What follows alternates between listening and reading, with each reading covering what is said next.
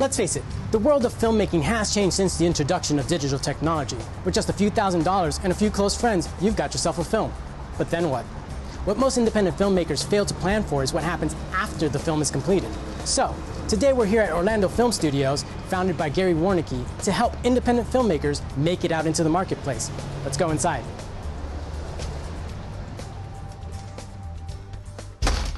Hey guys, I'm here with Gary Warnecke from the Orlando Film Studios. Welcome. Thank you, Fernando. So tell us a little bit about the Orlando Film Studio. Well, Orlando Film Studios was originally created, really like everyone else, to go ahead and make a film. You know, I come from a financial background, and when we were planning to make our first film, we started looking at budgets, and I noticed that other budgets of other films never had anything in it placed for the marketing and sales after the film is made. Right. So I found that kind of curious. It was very different, you know. Usually you make a product, you plan to sell it. Right, you want to put it out there. Right, and this hadn't happened here, and this business model seemed flawed in this industry, so it made me do a lot of research and a lot of work, and I thought, wow, you know, everybody's making films, but nobody's distributing them. Mm-hmm. And actually there are no other distributors out here in the East Coast, in the southern United States. So I saw a great imbalance. There are a lot of films being made, and none of them are being actually planned to be sold. Right. So we kind of changed our model and we became distributors. Oh, awesome. So, tell me, now with the advent of digital technology, how does that affect the independent filmmaker nowadays? Wow, you know, digital filmmaking industry in general, I should say. Digital technology changed everything. You know, back in 1992, Robert Rodriguez made a great film. It's iconic now, El Mariachi, and it was made one of my favorites. Yeah, I love it. It was made on 16mm film. Mm-hmm.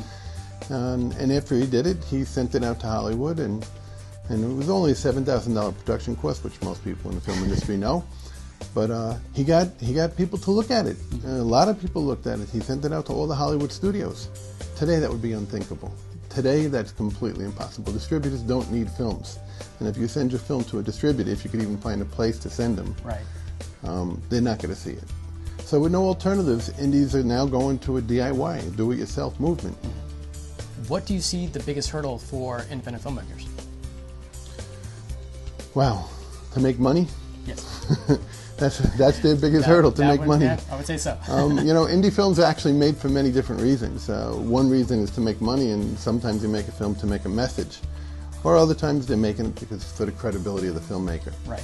And now today, with the advent of digital, some of them are doing it just as a hobby. So I think really independent filmmakers now need to decide what it is they're making the film for. Are they making it to make money and the chances are slim?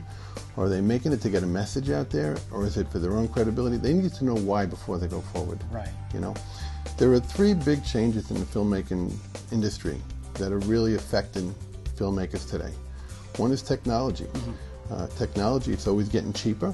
It sure is. It's cheaper and cheaper and cheaper to make a film, and the other thing is the media platforms. There used to be only television, as we know, in theaters and YouTube, and every other website out there. You can go anywhere. Right.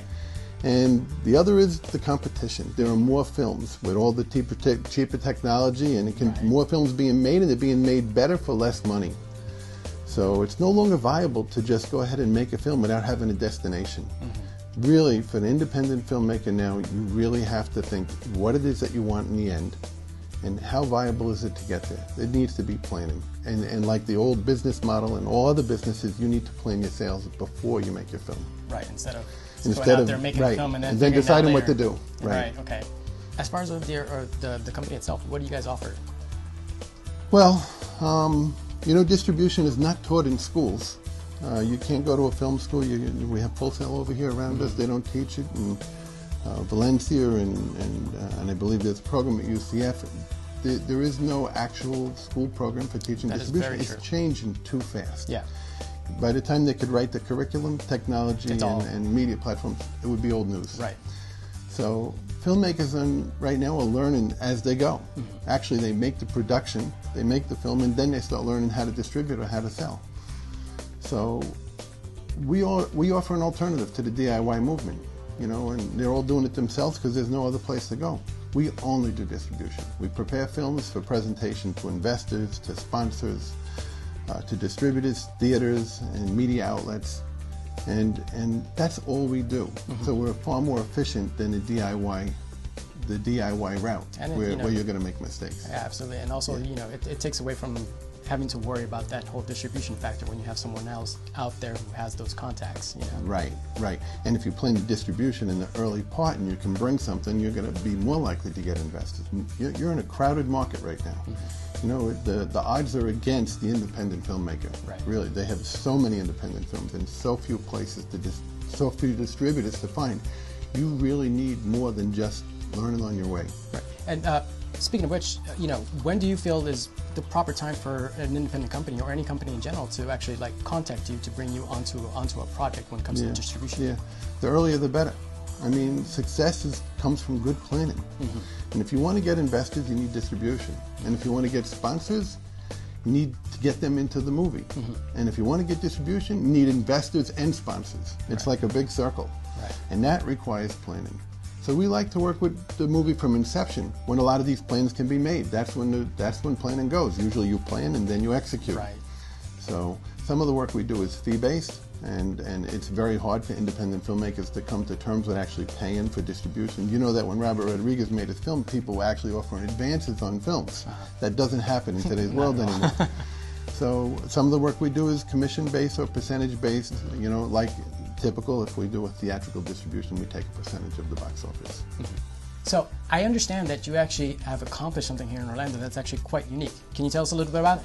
Yeah, well, we're very proud to have been the first to bring a film for distribution that was totally done in Spanish language film, English subtitles in multiple theaters, an indie film, came out of Puerto Rico, called Mi Verano con Amanda. We launched it in 11 theaters in Orlando, and we also launched it in Tampa. Never been done before. Wow, that's impressive. Yeah, it was actually quite an accomplishment. We're very proud. We had a hell of a time convincing the theaters to take a shot at it. 27% of Orlando is Hispanic. Yes. So it was a small market to work with, but we were able to convince them that as Robert Rodriguez always himself advocates, the Hispanic market is underrepresented in film. This is very true. And this was the approach we went with. And yeah, I'm very, very proud of that accomplishment. That's awesome. So where do you see the future for Orlando Film Studios? Well, I think the filmmakers haven't caught up yet with today's distribution environment, and the DIY movement is very strong, and it's evolving. And as I said, DIY means mistakes. Right. Mistakes that we already made. And it's not an efficient way. DIY consultants are around, and they offer advice, but they don't offer action. Right. So distributors right now are only working with funded films. I think we provide something different than all those. We offer some consulting, but we also offer action. And action is very, very important, and we can avoid the mistakes. So I see us as becoming a distributor of a different kind, an indie distributor certainly, an indie film distributor. That can be some combination between consultants, give them the availability to go to maybe other distributors or maybe ourselves. Right. So our model is being created as the industry is changing, and that will decide what we do. Look, in the end of the day, everything changes except one thing. Good films equals good content. A good story is a good story. Very true. Very true. And that won't change. In the music world, you have great voices, really good voices, unrecognized. And you have good songs that never get heard. It's all about the distribution, and it has to be planned for you. You just don't get noticed one day. You plan to be noticed. Right.